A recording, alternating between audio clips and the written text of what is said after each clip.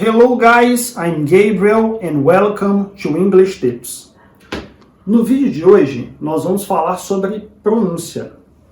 Como eu já falei em vídeos anteriores, para você desenvolver o seu inglês, é fundamental desenvolver a sua fala. Mesmo porque a maioria das interações no mundo real são por meio de conversação e não escritas. Ou seja, você tem que ser capaz de entender o que o outro está pronunciando e tem que ser capaz de pronunciar corretamente as palavras para que o outro entenda o que você está dizendo.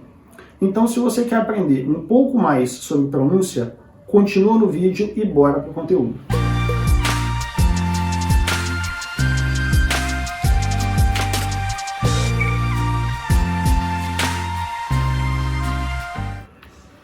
Dica número 1.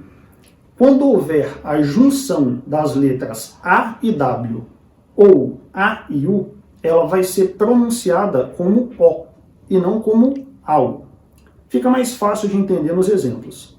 Por exemplo, nessa palavra, em vez de dizermos awful, dizemos awful. Como no exemplo dessa frase, I think this is awful. Nessa outra palavra, dizemos sauce, como nesse exemplo. I didn't like this sauce. Dica número 2.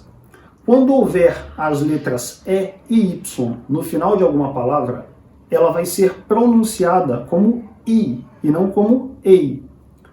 Por exemplo, nessa palavra, dizemos honey e não honey.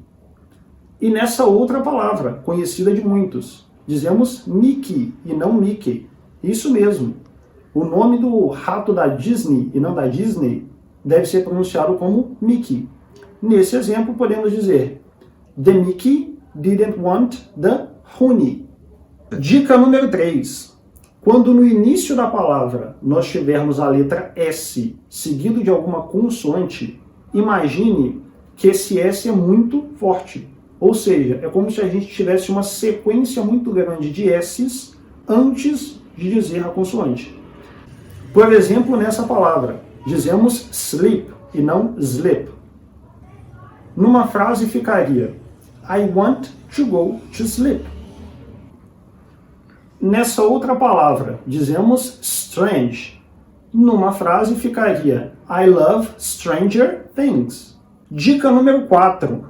Quando houver as letras M e B no final de alguma palavra, o B simplesmente não é pronunciado. Simples assim. O B simplesmente some da palavra. É como se a palavra terminasse no M. Nessa palavra, por exemplo, dizemos come e não comb.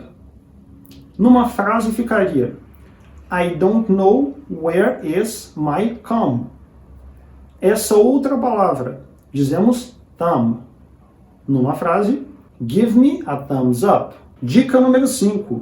Quando houver duas letras G ou duas letras C juntas, ambas devem ser pronunciadas. Como assim? No exemplo fica um pouco mais simples. Nesta palavra, dizemos successful e não successful. Numa frase, ficaria I want to be successful. Nessa outra palavra, temos dois Gs juntos. Então, dizemos suggestion e não suggestion. Numa frase, ficaria I don't want to hear your suggestion. Dica número 6. Quando, no final de um substantivo abstrato, nós tivermos a sequência de letras I, S, M, ela será pronunciada como ZAM. Por exemplo, nesta palavra, temos a palavra racismo, que é pronunciada em inglês como racism.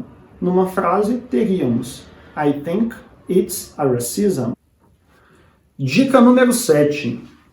Existem dois fonemas em inglês que são pronunciados de forma totalmente diferente.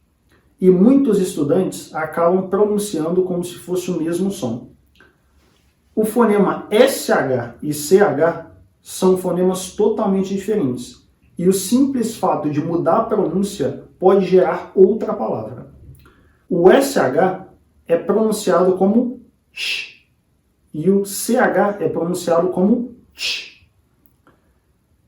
Em exemplos fica mais simples. Essa palavra é pronunciada como change, porque nós temos o CH no início da palavra. Essa outra palavra é pronunciada como shame, porque temos o SH no início da palavra. Outros exemplos são watch e wash. Em frases fica mais fácil de compreender. I think it's a shame. I don't like my new watch. I don't like to wash the dishes.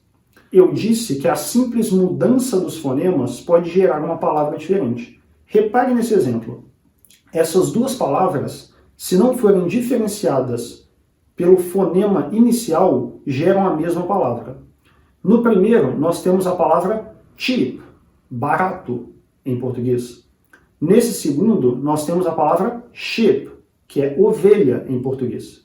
Lembrando que há uma exceção a essa regra, que é a palavra chef. Ela não é pronunciada como chef, e sim como chef. Dica número 8. Existem dois tipos de vogais em inglês, as vogais curtas e as vogais longas. As vogais curtas, elas têm um som um pouco mais seco, e geralmente é quando nós temos uma vogal entre duas consoantes. Por exemplo, na palavra fit. As vogais longas têm um som um pouco mais prolongado, e acontece quando nós temos duas vogais entre consoantes. Podem ser duas vogais iguais ou duas vogais diferentes. Por exemplo, nessa outra palavra, feet.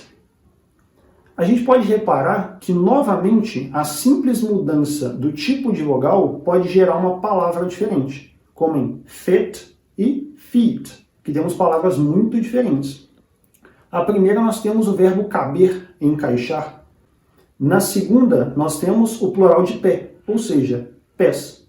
Em uma frase, teríamos I think she's fit.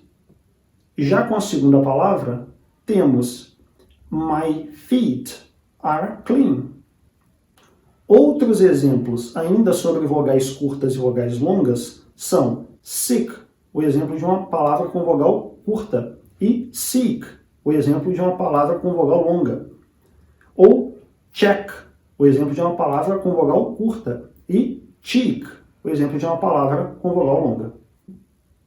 Se as dicas desse vídeo foram úteis para você, não se esquece de clicar no gostei e compartilhar em todas as suas redes sociais para que a maioria das pessoas possa ter acesso a esse conteúdo. Se ficou alguma dúvida, deixa aqui embaixo nos comentários e não se esqueça de nos seguir no Instagram, onde nós postamos dicas quase que diárias para desenvolver o seu inglês. Até o próximo vídeo.